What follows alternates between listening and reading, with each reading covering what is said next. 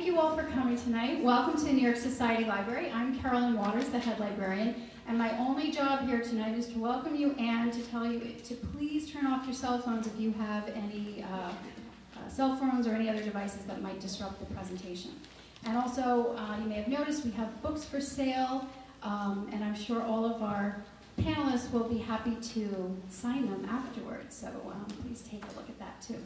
So now, without further ado, I want to introduce Laura Curtis. She's the president of the Mystery Writers of America New York chapter, and we're very excited to have you and all of the panelists here. We had a great program back in the fall, and we're so anxious to have you all back. So please welcome Laura Curtis and all the panelists.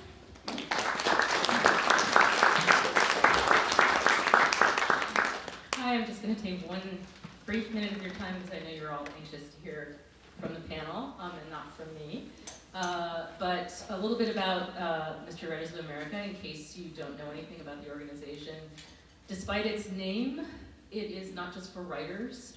It is also for anybody who really loves to read in the mystery genre, the crime fiction genre, anybody who wants to do research in the genre.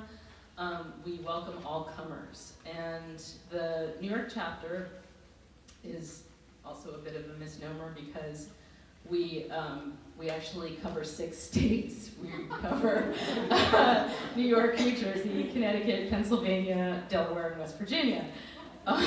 So we have a lot of members, which means we have a lot of expertise. And I do encourage you that if you have any questions at all about the organization or about anything that you would like us to help you with, or you think you might want to become a member, or you just want to hang out with mystery writers and come to our meetings, or anything like that, feel free to email me. My email address is president@mwany.org. And again, my name is Laura, and I will be happy to answer your questions. And now I'm going to turn this over to our moderator, Linda Lindgren, and she is going to introduce our panelists, and they're going to inundate you with wonders.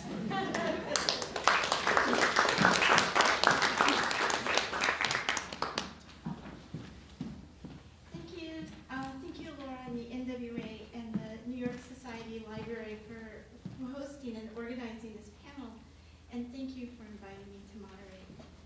So New York, as we all know, is an incredibly vibrant city with a character of its own.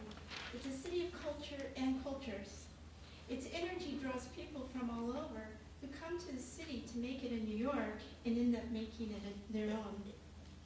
So tonight we have 3 authors who have written critically acclaimed mysteries set in New York, but they've also taken on the extra challenge of writing historical mysteries set in the city. So we'll have a chance to see the city through the writer's eyes and talk about the difficulties and the surprises they've encountered in their research and writing. The panelists are, in the center is Radha Vatsal, if I'm pronouncing that right, who grew up in Mumbai and came to the U.S. as a teen to attend school. She has a PhD in English from Duke University and did her doctoral research on women in the silent movies, from which her interest in this period just before World War I grew. And that's the era in which her first book, A Front Page Affair, is set. It features intrepid reporter Kitty Pavilion Weeks, Kitty, as she's known in the book. And her next novel, Murder Between the Lines, comes out in a month. In May. And on my far left is Lyndsay Faye, who came to New York in 2005 from the West Coast. She's an actress in addition to being a novelist. And she wrote a trilogy of novels set in 1845, featuring Timothy Wilde, who was one of the joined one of the earliest police forces in the city. And in her first novel, The Gods of Gotham, he actually becomes New York City's first detective.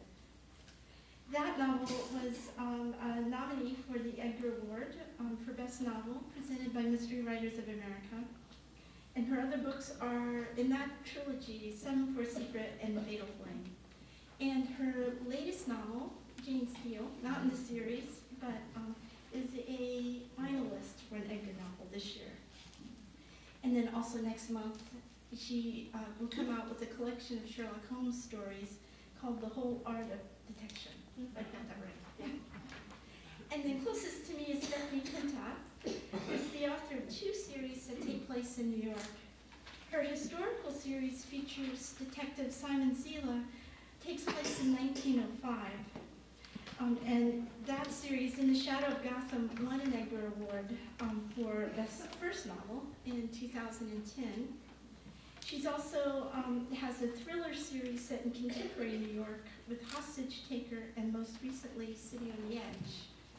So welcome everybody. So to start off with, I wanted to ask the panelists to comment on just a general question of how you came to pick your particular era and why you chose to set your books in New York City.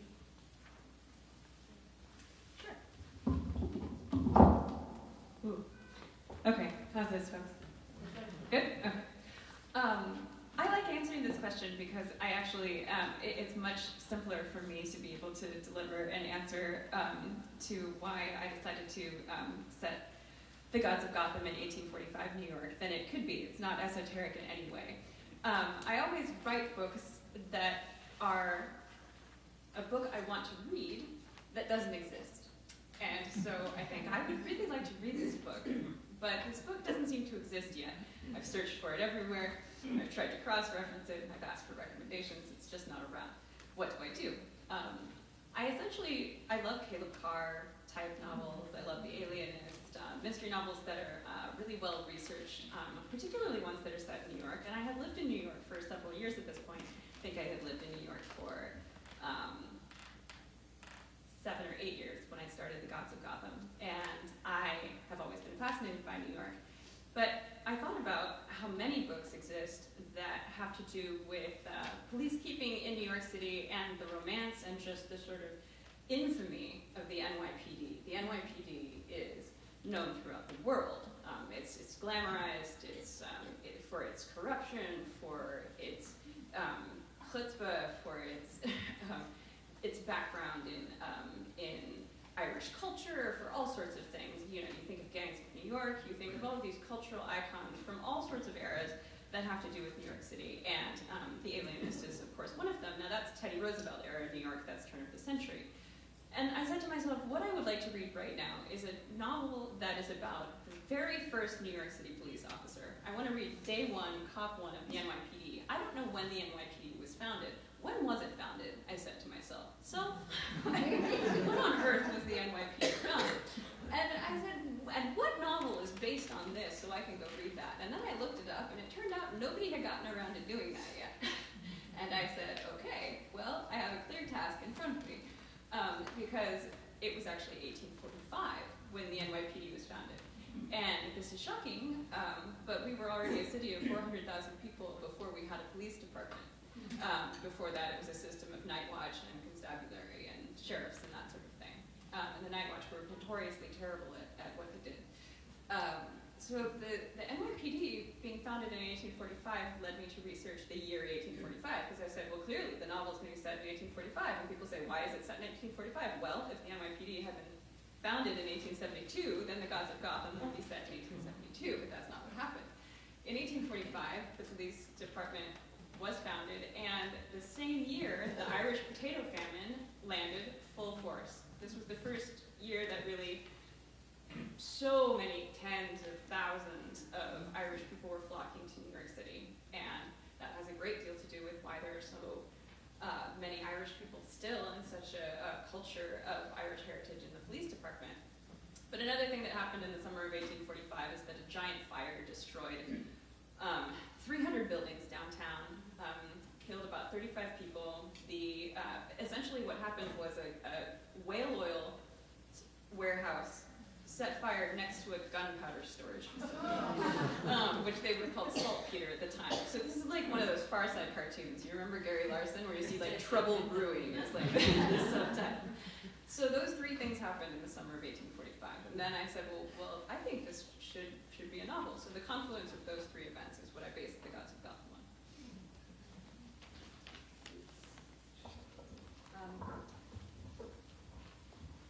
on. So I came to the 1910s, which is when my novel is set, and it's the first in a series, through my work in silent cinema. I was watching silent movies from the teens, and I started to see that there was an explosion of films in this time, series films, with active women heroines doing things like,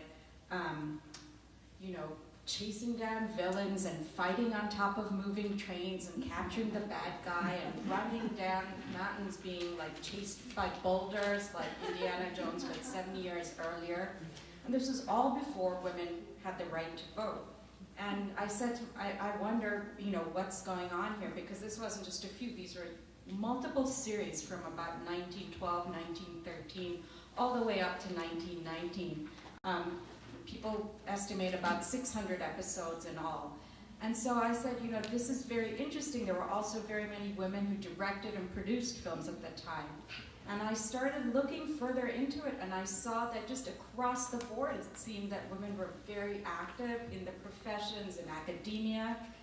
And sort of as my inquiries broadened even further, I started to realize, well, this is actually a very interesting time in US history, where the country goes sort of from being Victorian at the turn of the century to, by the time it reaches the 20s, it already looks modern. You have jazz and flappers and music, and everything has changed, and a whole series of changes, which kind of, for me, was crystallized in film, where during the teens, people are watching shorts, and then they have these new feature-length films come in, and people are saying, oh, will that medium even stick around? And it does stick around, and it all happens very fast during these World War I teen years. And like Lyndsay said, I felt like there weren't too many novels out there that were light and entertaining, but explored the U.S. during World War I from a domestic perspective. So I felt the stories are all about, battlefield stories, or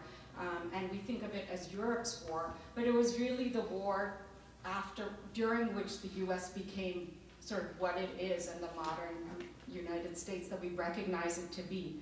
So I wanted to do a series that would take a young woman protagonist sort of from the beginning of World War I. So my first book is set in 1915, right after the sinking of the Lusitania. And the series would go in increments from 1915 all the way to 1920, when women get the right to vote.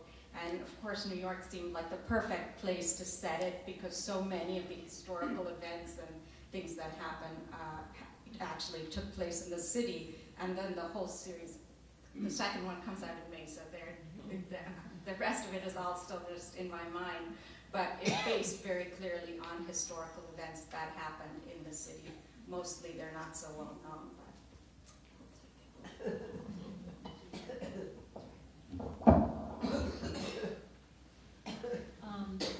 So my answer to why New York is pretty simple. It's the city I know the best, and it's the city I love the best. And as long as I feel that way about it, it's probably where all my books are going to be set. There's so much going on here that's just rich fodder for writing. With both of my series, Contemporary and 1905, they both grew out of my fascination with criminal profiling. I have been obsessed with it probably since I read Silence of the Lambs and watching Criminal Minds, CSI, all of that on TV. So with me, I think both series came about following that interest. For the first series, it was almost a question like Lyndsay had with her series. Well, how did this get started? I'm reading all about the latest science and forensics, but when did that really explode in New York City?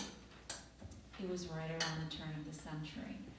And that was when, based on models that were happening in London, a few people in the NYPD, similar to my detective, Simon Ziele, started actually listening to what sociologists, criminologists had to say What did they offer that could help them catch a killer? When I decided to try something modern, one of the things I did was to go to FBI school. Major cities around the country, including New York, offer a course for people who want to learn more about their agents and what they do. So I did this. 10 weeks. I even got a graduation ceremony, cap gown diploma. Very fun. But I'll never forget the idea that gave me the germ for my new series. It was, we were having a night session with someone from the tech division who's doing technological crime. And he flat out admitted that some of the most cutting edge work right now is being done not by the white hats, but by the black hats. And someone had the question, well, do you ever reach out? Do you ever get their help? He wouldn't answer. And that made me think of a story that had always stuck in my head, looking back to the past, of Eugene Vidocq. He was France's most notorious criminal, and what he was really famous for was not getting caught, but escaping.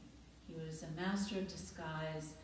No sooner would he be put in jail, he would escape and be on the lam again. And there was a point in his career that he was approaching middle age, he gets tired, he decides he would like a clean slate, a new start. So he walks into the head of the French police and says, I'd really like to make a deal. I can tell you things I know, you give me a clean slate, we're going to call it even. And the head of the French police said, well, it occurred to him that maybe sometimes you need a thief to catch a thief.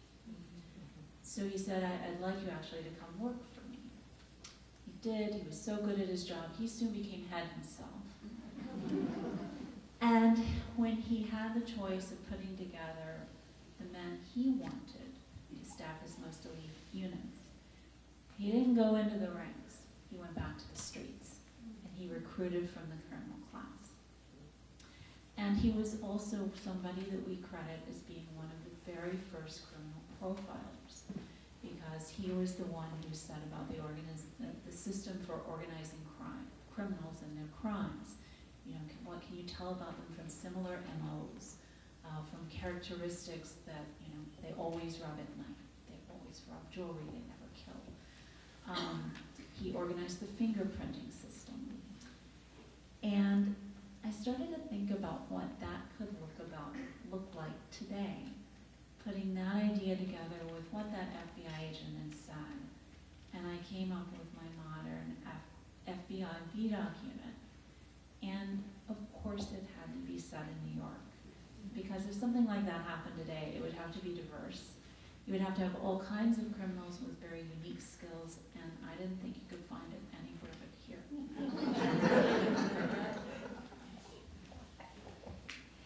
So my first question I want to first direct to Lyndsay, and that's one of the interesting things about the Timothy Wilde series is the thieves' jargon, also called Flash.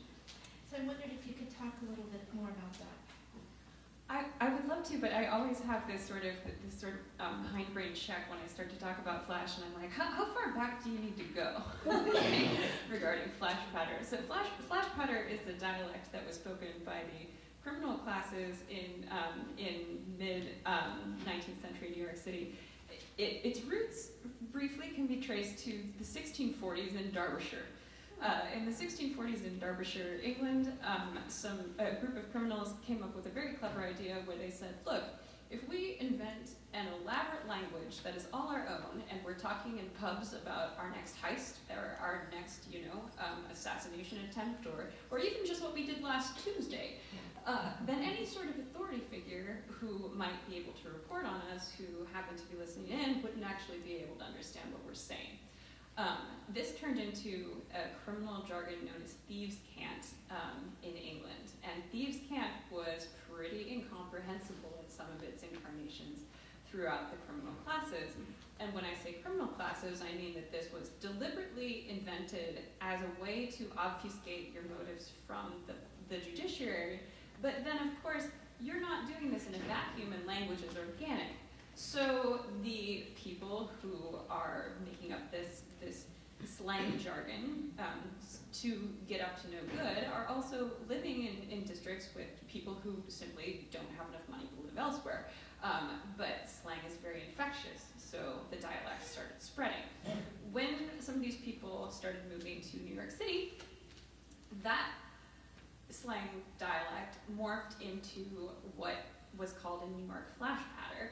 And flash patter was essentially British thieves' cant that then butted up against Yiddish, and it butted up against, Irish phrases from all of those immigrants, and it butted up against German.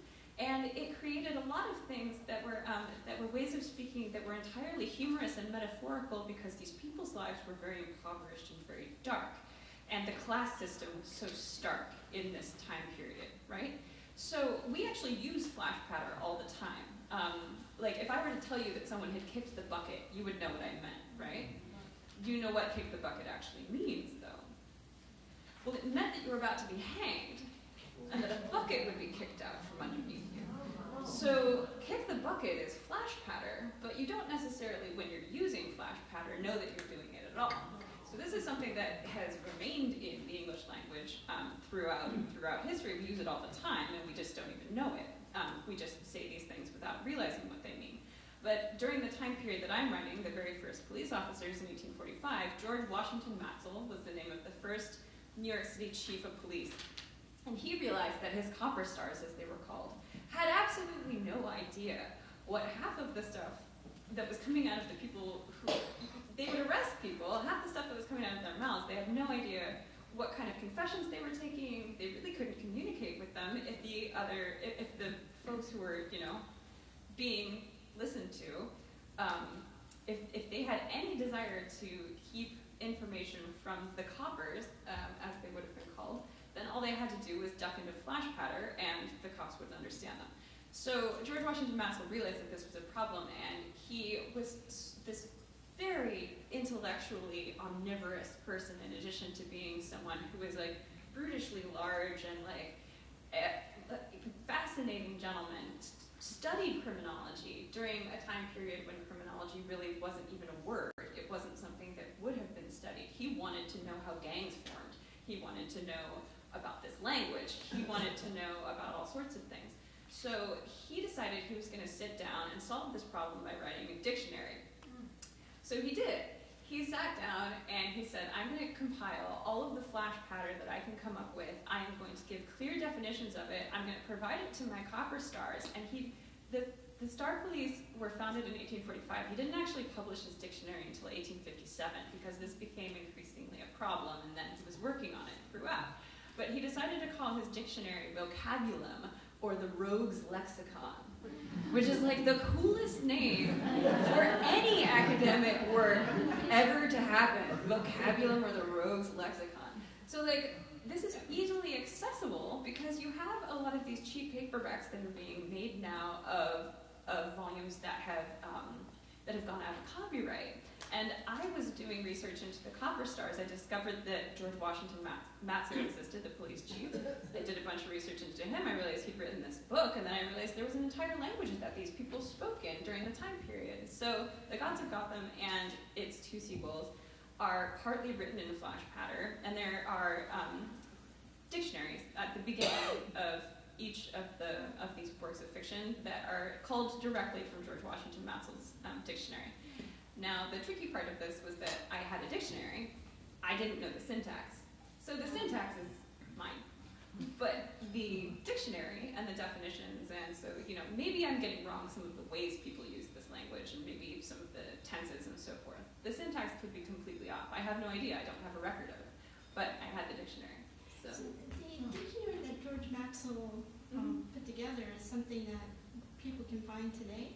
Yeah, absolutely. I mean, you can order it online and get a paperback copy of it. You could also go to books.google.com, and if you go to books.google.com, you enter Vocabulum, Rogue's Lexicon, or you enter George Washington Matzel, and you go to free Google eBooks, you could simply read through it anytime you wanted to see it, and you would find a lot of terms that are actually quite familiar.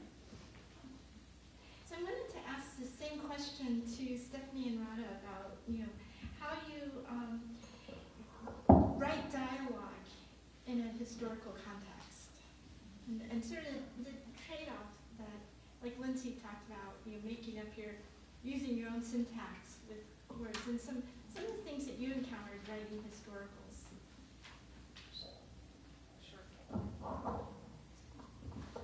So, it's an interesting question, writing dialogue in historical fiction. My protagonist is a young woman. She's 19. She's very sheltered. She goes to boarding school.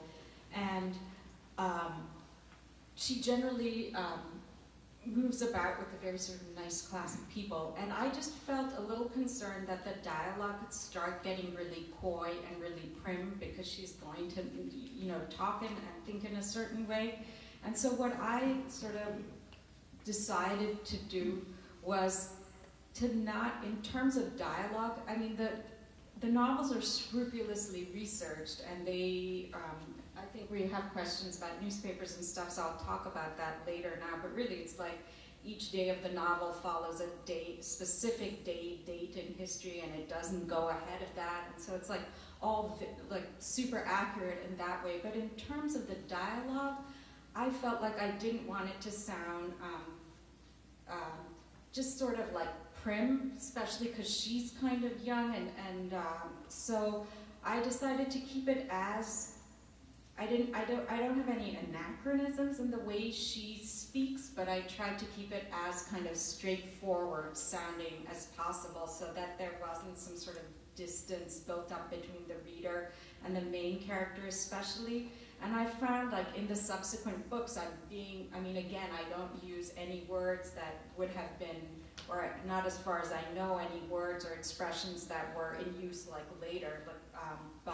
So I don't use anachronistic words and phrases, but I try to keep her way of talking a little bit more casual and a little bit closer to what we would be used now. Otherwise, I just felt it would get very formal and stilted particularly given the age of the protagonist and her sheltered kind of background. So,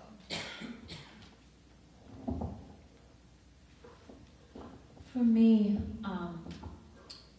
with modern dialogue, one of the things I do is eavesdrop a lot and watch a lot and observe how people talk, try to develop an ear for it. And it's really no different for a historical, it's just that the medium is a bit different. We're lucky, all of us, that we have newspapers, we have contemporary literature.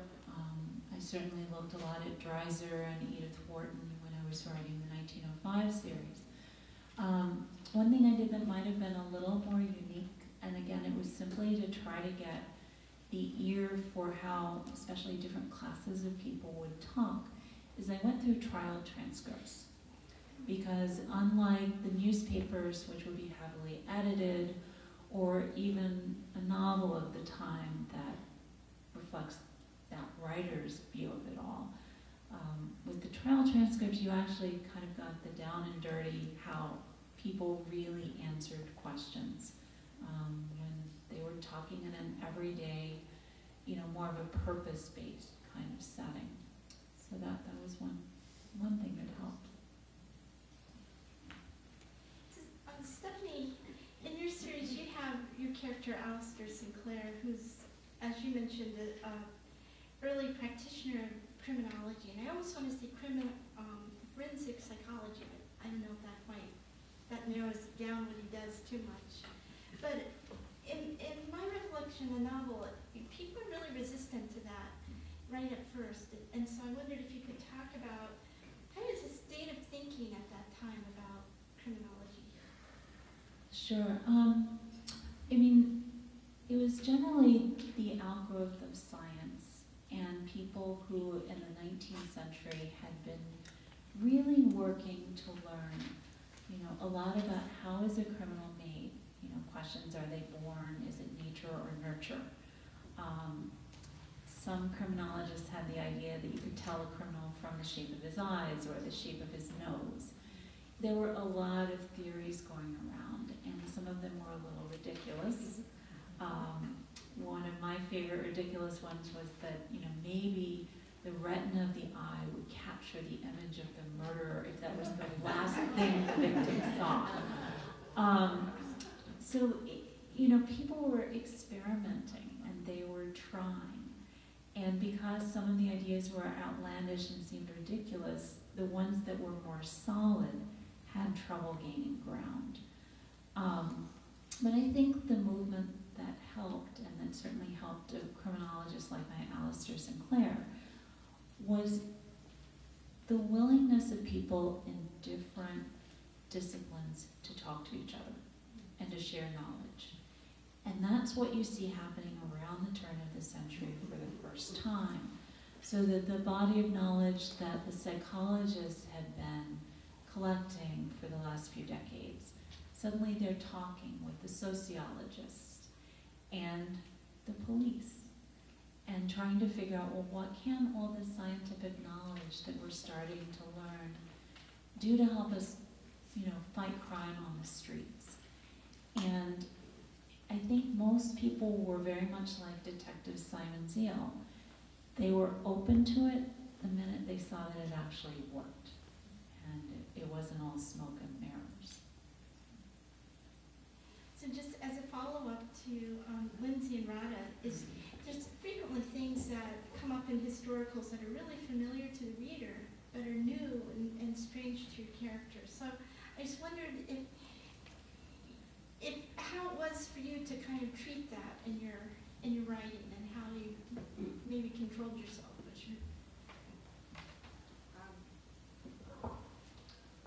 Controlled yourself. Yeah. It's tricky to describe something that we sort of understand in a certain way, but actually happened in the past in a different way, and without sort of editorializing too much. So for instance, for me, one of the things, there's several things, but one of the things is that the protagonist wants to be a journalist, and women weren't allowed to work in the newsroom of a newspaper. They were basically usually confined to women's departments of the paper. Sometimes this character works for the ladies' page of a paper, which was like a special page for news that was supposed to be of interest to women. So it's no hard news at all. And so the way I kind of did that was tried to really dramatize it, where they really, the staffs were also like kept apart, so I tried to dramatize it by putting the ladies' page of the newspaper on the third floor of the newspaper building, and it's past what they called the hen coop, which was where all the women typists sat. And then the newsroom is on the 6th floor. It's a different floor, and many times women weren't even allowed to set foot into the newsroom, so I kind of tried to dramatize that by having them actually be behind a glass wall, and the men have to come out whenever the women want to sort of ask a question. So really tried to dramatize this dynamic which people at the time would have taken for granted. Another instance is, though, like the main character, Kitty, she's 19, and she loves watching these silent era film serials. Perils of Pauline, Exploits of Elaine, those are some of the titles.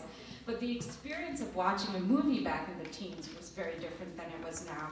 For starters, films were shown as part of a program, and so you would have like a serial, you would have a short, you would have some slides, you would have all kinds of different things going on, and you could walk in and out at any time because there's no start time. So you just bought your ticket, you could sit, you could talk, because there's no, I mean, there may be someone playing the piano, but there's no dialogue to listen to, they're all silent.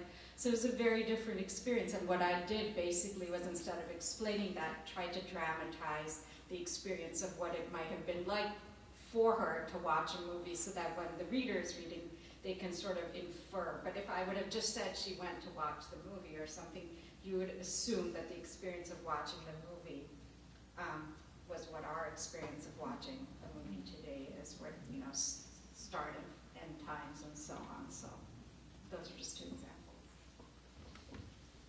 I think I did something similar, in the sense that, if you're thinking about the question, there are certain forensic things that we almost take for granted today that we shouldn't, in fact, take for granted. For instance, we should not take for granted that every DNA strand of evidence is going to be tested. People do not have the resources in a lot of forensic, departments to immediately test and I automatically know whose DNA this belongs to. It took me about 10 minutes and I cracked it. That's something that you might see on television, but it's not something that police department.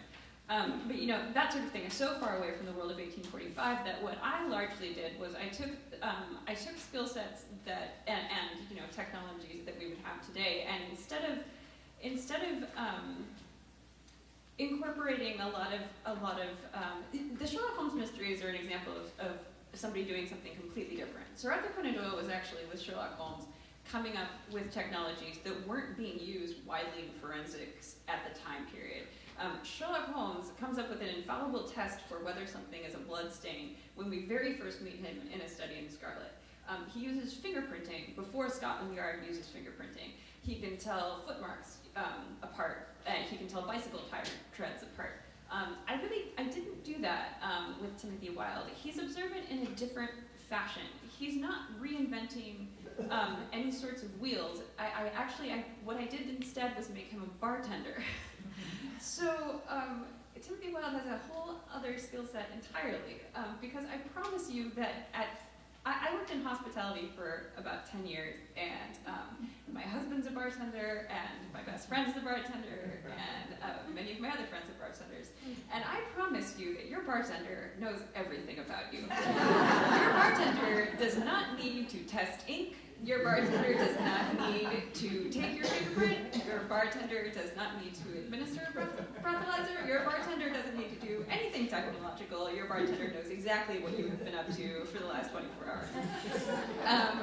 And there's such a thing as people being extraordinarily observant of human nature, and that is what is key, I think, to the character of Timothy Wilde and to those particular mysteries. Because when I was reading up on, it's very hard to find first-person accounts of the early NYPD. It's almost impossible, but there was a fellow by the name of Bell, and he has a diary, and the handwriting is bloody excruciating.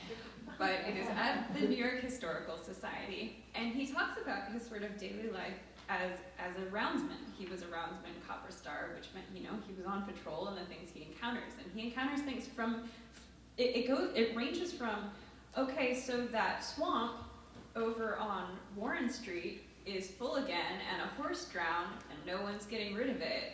And, like, yesterday, 6 kids fell in. Like, terrible things that are just municipal things that have nothing to do with crime solving. But when he sets about solving a crime, it's all about community, and it's all about who he talks to. And it's all about, okay, well, this coat was stolen, and it's a kind of distinctive coat, but if you change the buttons on the coat, and then these buttons are missing over here. And so what he's doing is he's talking to everybody, and he's talking to the people who own what was called a jerry shop, so a pawn shop. He's talking to all of the people that he can be in contact with who might have any information for him, and he's reading them on a really professional level in the sense that he's an expert interviewer, and he's very, very good at listening. And I think that instead of culling from any sort of emerging technologies happening, because they really weren't happening in 1845 yet, what Timothy Wilde was able to do is to take a wide range of information from a wide number of witnesses, have a lot of human instinct about who's telling him the truth and who's not telling him the truth, and then it draws on conclusions about holes in stories he's being told because of his career standing bar, because he's very observant regarding just human nature at large. And I think that still to this day, you could probably say that despite all of our advances in ways that we can track people with cell phones, with computers, with all of the other advances that we've made, I think that still gathering evidential human information is still really important. So I just sort of focused on that aspect of it instead of on things that would have been anachronisms at the time. So it seems to me it's impossible to write about New York without talking about class. And Rana, in your book, The Front Page Affair, your heroine is kind of in between, sort of an outsider, but very comfortable with the upper classes. So I wondered if you could talk a little bit about some of these specific issues that came up in your novel. Sure. So I thought about actually the issues of class a lot in terms of my heroine, because I wanted to have her be a character. First of all, I always thought of it as a series character, so I wanted her to have a certain amount of flexibility. And she was going to start off, she's wealthy, and which allows her to do certain things. It gives her a certain kind of an education. She has ability with languages and ability to speak to different people. She has her car, she can drive, she has a certain amount of freedom. And also, as a woman, I thought it would be very interesting to do it that way, because there was a lot of pressure against women who worked when they didn't have to work. So it was one thing to work if you were a working woman and you really needed the money. It was another thing to actually choose to work. And so this young woman chooses to work, and she gets a lot of flack for that. But sort of in deciding where to put her on the class ladder, I had, initially I had thought of her being sort of old money, East Side, New York. And then I thought actually it would be more interesting to put her on the West, on West End Avenue, where her dad is sort of wealthy but nouveau riche, and they're living in an apartment, a very nice apartment that we would probably all love to live in these days. I thought, so, and she has a friend who lives on the East Side, whose family is old New York money, who moved up from downtown as the city moved up from downtown, and so they have a lot of social standing, maybe not as much money. And who lives on the East, and whose family looks down on this young woman who lives on the West Side, but who has an amount of freedom and things that the girl on the East doesn't. But she then goes to work in this ladies' page of a newspaper, and she's hired in the first place because her boss thinks that she's able to get into all the best drawing rooms. They're sent out to cover parties and so on, so she wants to have someone who can attend the parties at the country clubs and talk to people there. So she gets hired, but there are other women that she's surrounded with who work in the newsroom. I mean, not in the newsroom, in the typist pool, and those are young women who have to work for a living. So I felt like I sort of thought of Kitty as fitting in as this like Upper West Side girl, like in a sort of milieu of professionals, as opposed to people who didn't have to work or had family money to lean on. And she kind of navigates the system, given her shortcomings. And I think her shortcomings and her field of vision broadens as the novel proceeds, and will continue to broaden as the series progresses. But I also think it's kind of fun to play against what she would know and what she wouldn't know, and what someone from a sort of a social higher class, a class that's social higher than her socially, what kind of baggage that person would bring, what kind of baggage a person who's working in the as a typist would bring. So I thought those kind of things are fun to play against, and I think I do a lot of that in the novel. But I do feel like it's important to pay attention to class at the time. So building on that for the panel, I also just wondered, what other some of the broader social issues that both in the city and maybe the country as a whole that you feel is important to understand the context of your novels? How long do we have? Well, I can say that throughout the Timothy Wilde trilogy, immigration is certainly an enormous concern. Like I said, the Irish potato famine happened the same year that the NYPD was formed. Irish were flooding into the city, and the Republican Party did not exist. It would not exist for years. You had the Whig Party, and the Whig Party was very concerned with banking and with tariffs, and they had a lot of financial ideas that they were putting forward. They really wanted nothing to do with Irish votes.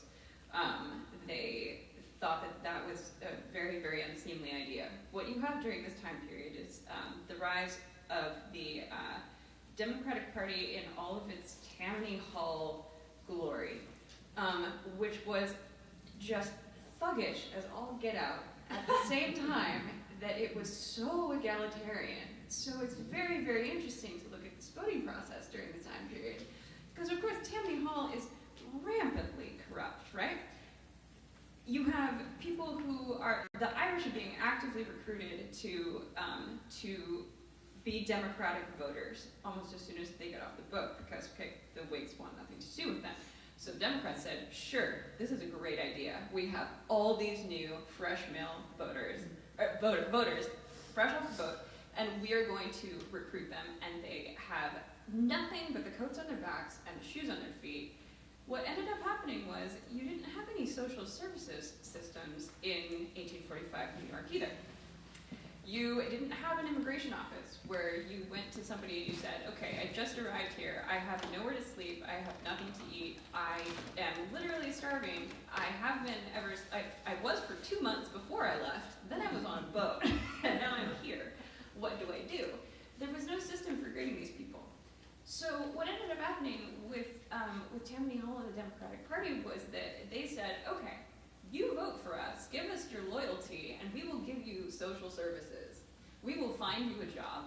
We will give you food before you have a job. You can come down to the fire station. That was like a major social greeting place, and like we will have hot stew Sundays, and we will have dances, and we will have potlucks, and we will take care of you to the extent that you exchange that for voting for us.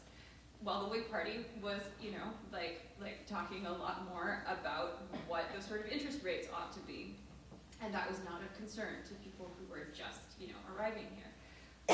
And then you have the Irish who have this immense loyalty toward the Democratic Party versus the Whig Party because of the fact that they were absolutely penniless and destitute when they arrived, and this was really their only way of integrating themselves into New York society, which is why still today you see a very, very high percentage of New York City firefighters and police officers who have Irish heritage, which is amazing. It's very entrenched at this point. So I think that when I was writing The Gods of Gotham specifically, and it's an issue throughout the trilogy, but how we think about immigration, how we think about people who arrive on our shores, and how we think about how to take care of them, and whether or not we welcome them, I think is very important to this series, because I can certainly say that I sit here today with about half Irish heritage, and so that's a good chunk of my background. So the way I talk about immigration today has a lot to do with how I think about it historically, and how we've gone through these cycles of people arriving here, and what to do when they do arrive here, and how to be compassionate, and how to be empathetic, and how to be open to that happening. So I think that that's a major theme, absolutely, at least in the Gods of Gotham and those other books in that series. I think for me, I'm always interested in approaching issues through character. How does the character whose viewpoint I'm writing through at the time approach it? Why is it important to him or her? With my first series, for Simon Ziele, he has a friend from his childhood who has joined the anarchist movement. It's heavily into radical anarchy. That makes it personal for him. Yes, it was a big deal in 1905, but it wouldn't even have interested me as a writer if it didn't interest my character, if he wasn't trying to figure out what his friend was doing, what was he standing for. How does it relate to the crime in the end? Simon Ziele is also in love with a woman who is several social classes above him. In 1905 world, that's not going to work out so easy. It's personal to him. In my latest book that came out in November, one of the members of my rogue FBI unit of ex-cons is guilty of being black in the wrong place at the wrong time. And when he's arrested, he experiences that double bind of being law enforcement himself and completely understanding what it's like to want to go home safe at the end of the night, but at the same time feeling targeted because of the color of his skin. So those are the ways that I've tried to navigate that as a writer, make it interesting to the reader in ways that interest me. So in your novels, and particularly the first one, a lot of the backstory has to do with the gambling dens in the Lower East Side and the mansions of the city's elite. So I wondered if you could talk a little bit more about what that was like. Sure. I was writing a scene that was set in early winter. And as all of you know, in early winter in New York, we are much more likely to get rain than snow. My editor wrote a little note in the margin. Do you think it could snow? I think the snow would be really nice at this point. And I understood exactly what she meant. Because when you're creating this world for your reader, it's a mix of what's real and a little bit of the mix of the fantasy and where the reader wants to go. How do you make it a little bit more magical and interesting for them? And you want to be accurate, which I think I am with Alistair Sinclair. He's one of New York's moneyed elites. He's going to be invited to every party that Mrs. Astor ever hosts. And Simon Ziele is scrappy and street smart from the Lower East Side, and he's very much at home in those gambling dens. And I think when we read about 1905 New York, yes, we want to know the details, we want to know the mundane, we want to know when it rains, but we also want to know the special things, the magical things that we associate with the extremes of the city. So, and then one follow-up to that, Sense of Place in your current series, where you take on St. Patrick's Cathedral and Macy's Thanksgiving Parade as your special events. So I wonder if you could talk about that a little bit. Sure. You know, again, it's part of the New York that everyone knows a little bit about, right? These big, iconic places. So I set my hostage-taking at St. Patrick's Cathedral in part because I think it plays such a huge role in the city. And especially on the date that I set the hostage-taking, which is the night of the tree lighting at Rockefeller Center. And I actually only braved that one myself once because I don't do well with crowds. But, you know, it's magical, it's New York. Almost everyone who's come here as a tourist has been there and they feel they have a connection to it. But then, of course, you do the research, and I talk to the people who are on staff at St. Patrick's, and I learn about the secret tunnels and the window that's upstairs where the firefighters have gone to check it as part of their annual inspection. And the firefighters who had come and had written their names and the date right before they lost their lives on 9/11, they have never washed that window. You still see the handwriting of those firefighters. It's a place that is loaded with history that we might not know, that I try to work into the book. But it's accessible because we've all been there, we've all meandered and we've all walked past. And the same thing for Macy's Thanksgiving Day Parade. It's something I think we all know from our living rooms. We all have that immediate New York connection to. And one of the things that I tried to add to make it my New York and offer a different window to the reader is, you know, as New Yorkers, we know that the parade actually starts the night before when the balloons are inflated by the Natural History Museum. And that's where I started my book. The police commissioner's daughter is there, and that's where she's kidnapped, and the action of this thriller begins. But that's kind of a magical slice of that parade that not everybody who isn't from here knows about. So it's that mix of the two that I think can appeal to these books about New York, both familiar and unfamiliar. Well, I think we're getting close to the end of our hour. Was that the message? So if there's any questions from the audience that you would like to ask our panelists. Thank you. Yeah, you mentioned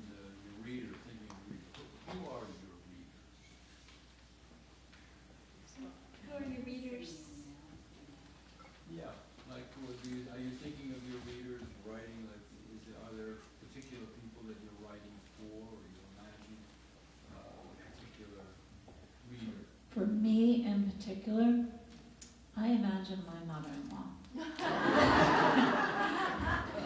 Because she is actually the ideal reader in my mind. She is a member of about 8 different book clubs with her 80 closest friends. She reads widely, she reads broadly, she enjoys everything. She likes history, she likes mystery, she likes thrillers, she loves memoirs. If it's well written, she loves it. And that would be my ideal reader. I'm always thinking, what's going to appeal to her? What's going to appeal to her book clubs? What do they talk about? What do they want to know? But I think the flip side of that is that the ultimate reader is me. And what is the kind of book I would like to read if I were approaching the story that I'm trying to create? What do I want to know? What kind of journey do I want to be taken on? I think sorry, if I could just comment on what you just said, Stefanie, because I think that that's brilliant. But at a certain level, you have to be the reader who is the first litmus test, because it takes an extraordinary amount of time and effort to sit down and get through the process of writing a novel, any kind of novel, and a historical novel as well.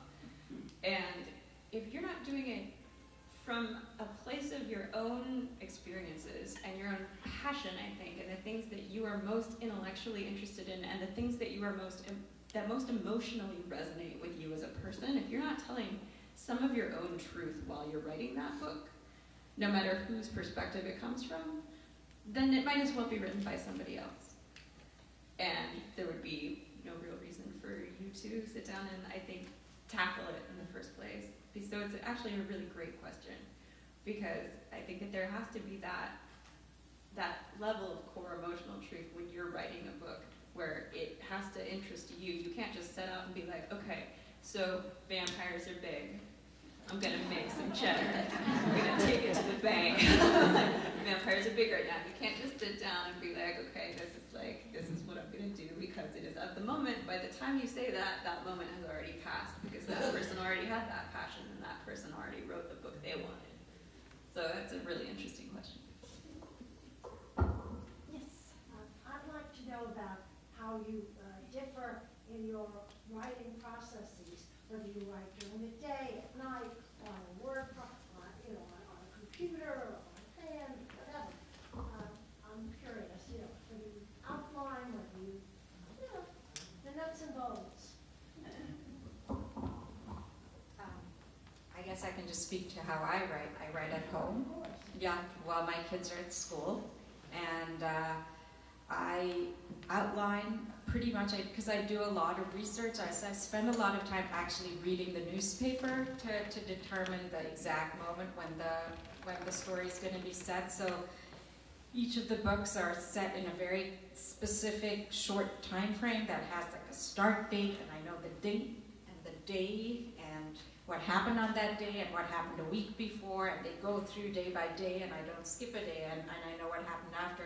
So basically, as I'm sort of figuring out exactly the moment to put the book, I've read the newspapers for about 3 months, I would say, in that time frame, and I kind of have all the headlines in front of me, and I have a calendar.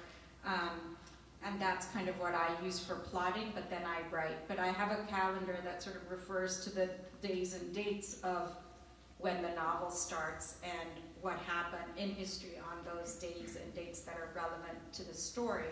And then I kind of weave the story in. But I write at home on a laptop, preferably in my pajamas, if I don't have to drop someone off to school. And that's how I write. Like Rhoda, I extensively go through the newspapers of the time period.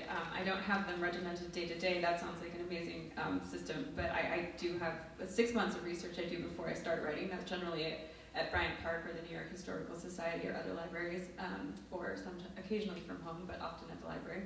I don't outline, but I tend to have what I call tent poles. So if you're raising a circus tent, you tend to have poles where you think to yourself, okay, well, I know this is here, and I know this other one is here, and I know this happens, and I know this other thing happens. So I tend to have 5 or 6 moments throughout, including the major plot twist that I know that happens, and then I fill in the blanks between those spaces. I write, I do get dressed, but I would rather not. I do put on jeans and socks. I write from about 5 in the evening. My husband and I set it as a bartender with my 2 cats till about 3 in the morning when he gets home. And when he's not working, then I work during the afternoon. But I don't have a set writing schedule. I write as much as I can every single day that I can write. So, if I have a day where that's the day off, then I have a day off. But on days that he's working, I work when he's working. On days when he's off, I work when I can, when it fits into our schedule. Just because I try to be working as frequently as I possibly can, just to keep the momentum going. I don't write at home generally. I try to go to a coffee shop. We were talking about this before, Yeah, we were. and it's because for me anyway, just the process of having to block out all the conversations around me and all the noise, actually focus better on what's in front of my computer screen. I find it helpful. I had a really different writing process for my historical and my contemporary books. For historical, I think I was very similar to Lyndsay.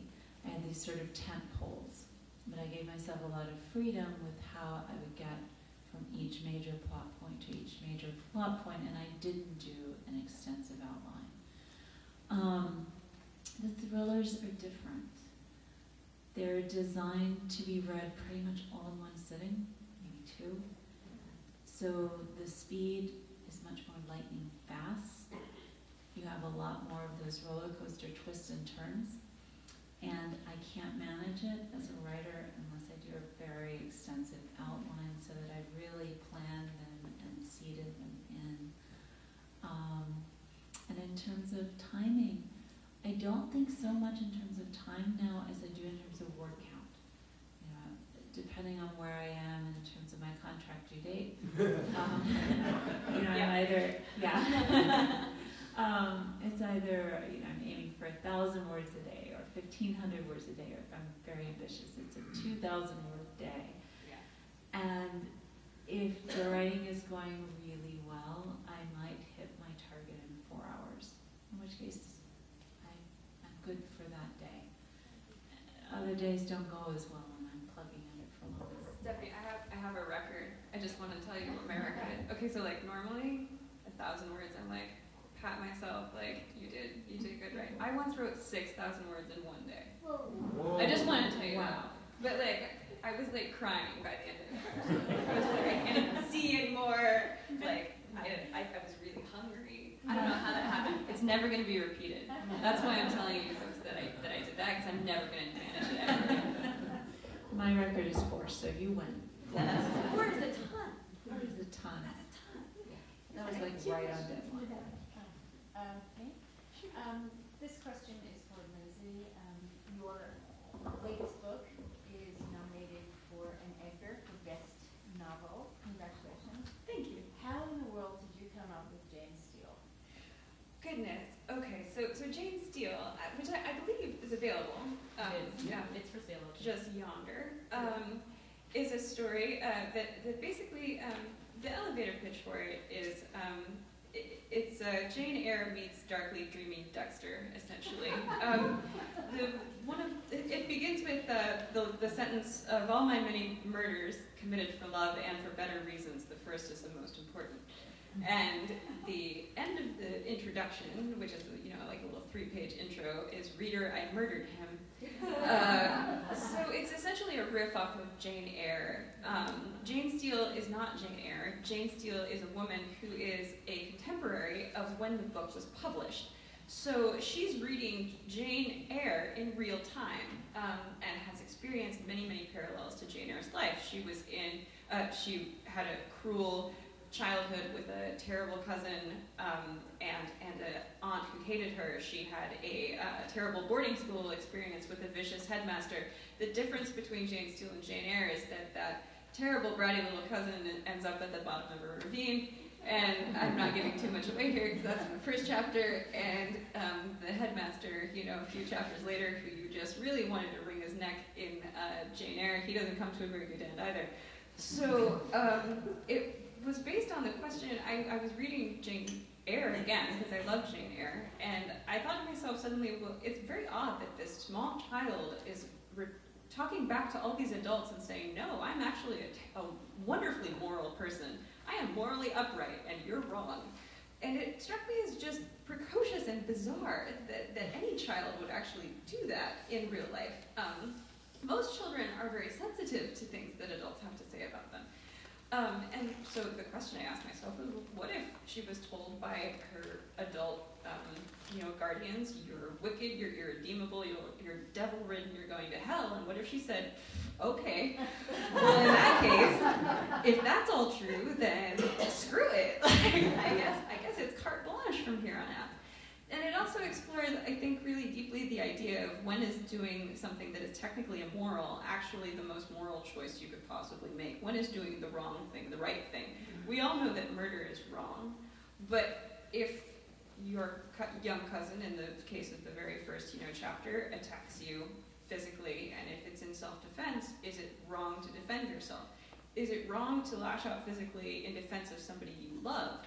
When is it okay to lash out physically in defense of somebody you love if you're in a boarding school situation and somebody is, starving your friend to death? When is it okay for you to retaliate if the entire circumstance of the moral conundrum is inherently unfair, patriarchal, and oppressive? So that's Jane Steele. It's right. One more question. Can you tell us a little bit about how you began and developed your relationships with your publishers?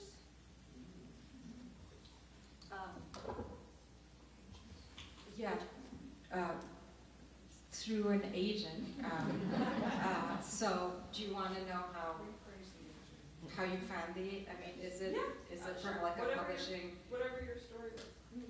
Oh, well, it's a long story, but I think like a lot of people, I have a book that never was published that's sitting in a drawer, and I finished this book, and I can't remember, like several years ago, and I was getting ready to send it out to agents, and I sent it to a friend in England, and she loved it, and just preliminary to sending it out to agents, I sent it to her to check out, and she loved it, and she's a writer, and she sent it to her agency in England, and the person over there loved it, and an agent there loved it, and they said, I'd love to represent you, and it was a big British agency, so they did sales in the US, and I said, sure, and I don't have to look for an agent, this is great, and so that was easy, and they did a huge,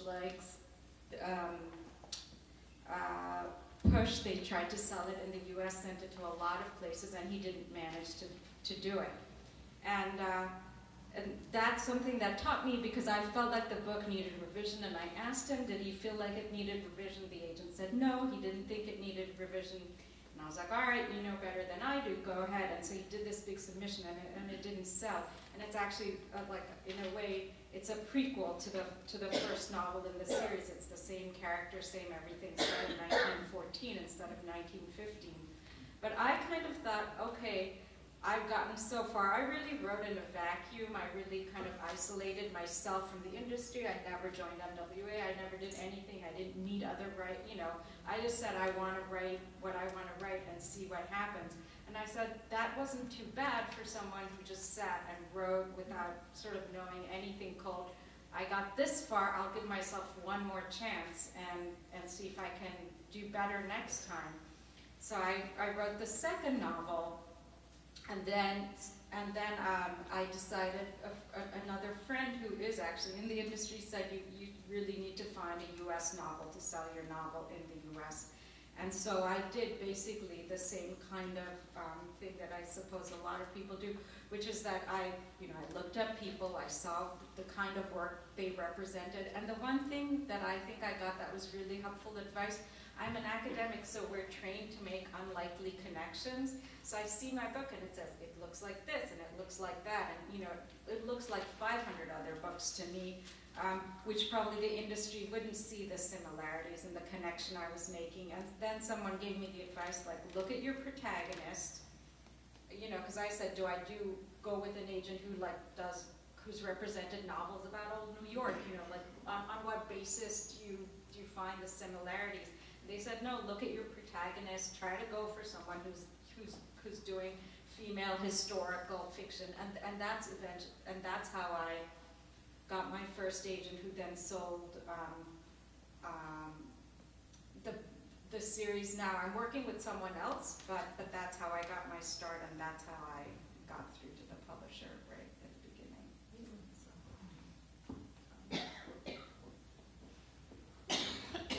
When I wrote my first novel as a Sherlock Holmes pastiche, that was written out of an act of enormous hubris, because I love Sherlock Holmes and I've loved him since I was like 10. So I wanted to see Sherlock Holmes solve the Jack the Ripper murders in a really, really gritty way, in a King of Card way, not in a, okay, also there are Freemasons, and also there are vampires, and also there's the royal family, and also there's a Transylvanian cult, and also space aliens show up, and also et cetera, and there's slime. I was like, what if there's just a serial killer in Sherlock Holmes? And I tried to make it as realistic as possible. When I finished it, I was astounded.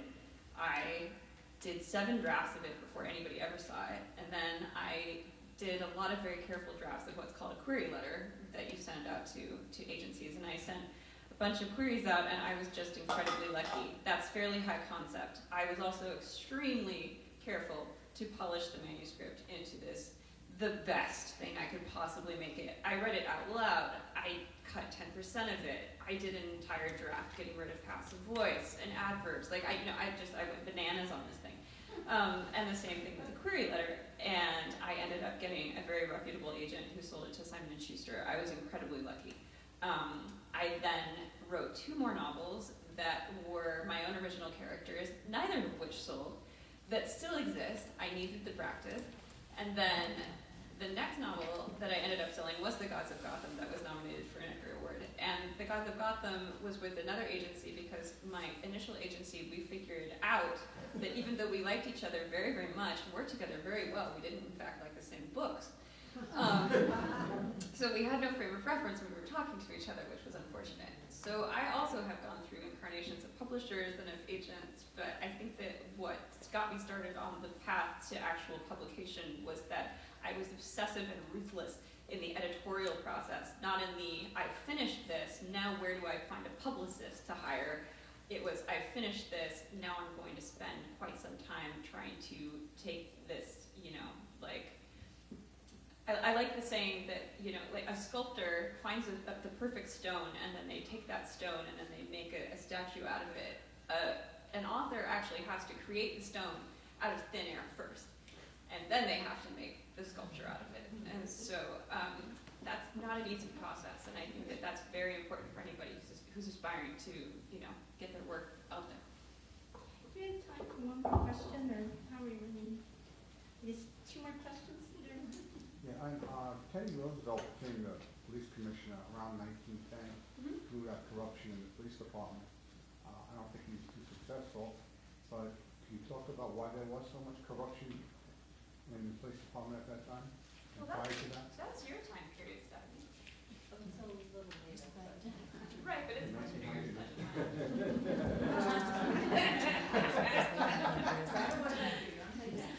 I think in general, at least I view it as part of this general lack of regulation. Today we live in a very regulated, banks are regulated, corruption is regulated, we have a lot of government oversight.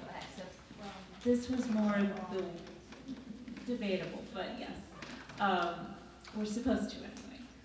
This was still kind of the Wild West in terms of how things were regulated, what people could get away with. And I think too, in terms of how the NYPD was hiring, you know, the earlier Roosevelt, one of the things that he did, which I gave my detective part of his history. Simon Ziele is one of the very first detectives to actually get a job at the NYPD by taking an entrance exam and doing well on a test. Before him, it was very much nepotism. Who did you know? Oh, you know. And this, of course, gave people who were already on the force tons of power to get their cousins, their friends, their relatives, positions. And all of that, I think, bred both an openness to corruption, all kinds of bribery. And it took many more years until that was possible to get a little more under control. We have time for one more question. One of the charms of New York is that one can travel not only in space but in time as well. And I was wondering, in preparing your books and writing, did you ever find a place somewhere in New York City that seemed to you to be almost untouched by the change and transition from the time you were writing about it to now, that you thought was sort of an interesting thing to look back at? For me, I would say certain streets in Greenwich Village. You know, you walk down the cobblestone and you see, and I look at the historical plaques on the walls, and I imagine that they must look exactly the same today as they did 100 years ago. So little seems to have changed until you see the people on the streets.